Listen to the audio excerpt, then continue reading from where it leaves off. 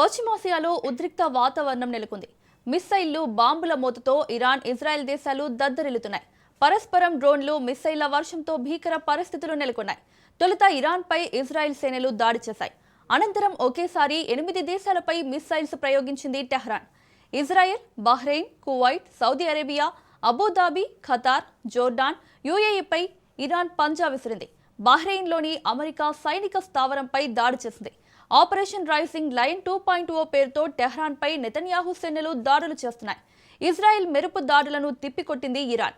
యుద్ధం మీరు ప్రారంభించారు, మేము ముగిస్తామంటూ ప్రకటించారు టెహ్రాన్ పాలకులు.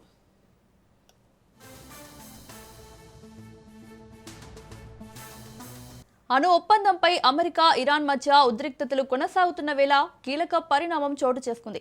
ఇరాన్పై ఇజ్రాయెల్ క్షిపణి దాడులకు పాల్పడింది. టెహ్రాన్ అంతటా పేలుళ్లు వినిపించాయి. దీంతో ఆ ప్రాంతంలో దట్టంగా పొగ వ్యాపించింది. అమెరికా సాయంతోనే ఇజ్రాయెల్ దాడులు చేసినట్లు తెలుస్తోంది. ఆ దాడిని తామే చేశామని టెల్ అవీవ్ ప్రకటించింది. శత్రు దేశం నుంచి పొంచి ఉన్న ముప్పును తప్పించేందుకు దాడులు చేసినట్లు ఇజ్రాయెల్ విదేశాంగ మంత్రి కర్జ్ ప్రకటన చేశారు.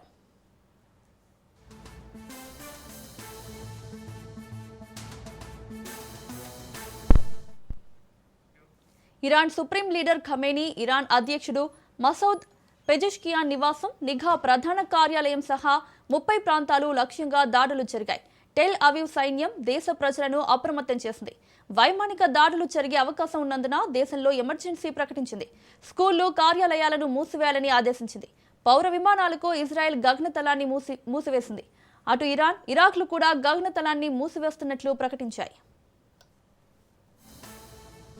2025 జూన్ 13న ఆపరేషన్ రైజింగ్ లయన్ పేరుతో ఇరాన్పై ఇజ్రాయెల్ సైనిక చర్య చేపట్టింది. నటాంజ్ అణుకేంద్రం లక్ష్యంగా దాడులు చేసింది. 12 రోజుల పాటు భీకర యుద్ధం సాగింది. 2025 జూన్ 24న అమెరికా, ఖతార్ మధ్యవర్తిత్వంతో తాత్కాలికంగా కాల్పుల విరమణ జరిగింది. తాజాగా 2026 ఫిబ్రవరి 28న ఇరు దేశాల మధ్య మరోసారి యుద్ధం నెలకొంది.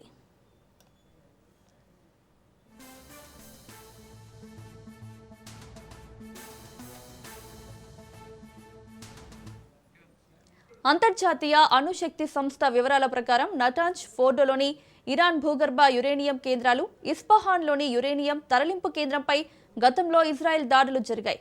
అణు కేంద్రంలో విద్యుత్ సరఫరాకు విస్తృతమైన నష్టం వాటిల్లింది. టెహ్రాన్కు ఆగ్నేయంగా 220 కిలోమీటర్ల దూరంలో ఉన్న నటాంజ్లోని అణు కేంద్రంలో సమృద్ధిగా యురేనియం నిల్వలు ఉన్నాయి. అలాగే ఫోర్డోలోని అణు కేంద్రం టెహ్రాన్కు నైరుతి దిశలో 100 కిలోమీటర్ల దూరంలో ఉంది. దీనికి స్వల్పంగా నష్టం వాటిల్లిందని ఇరాన్ తెలిపింది.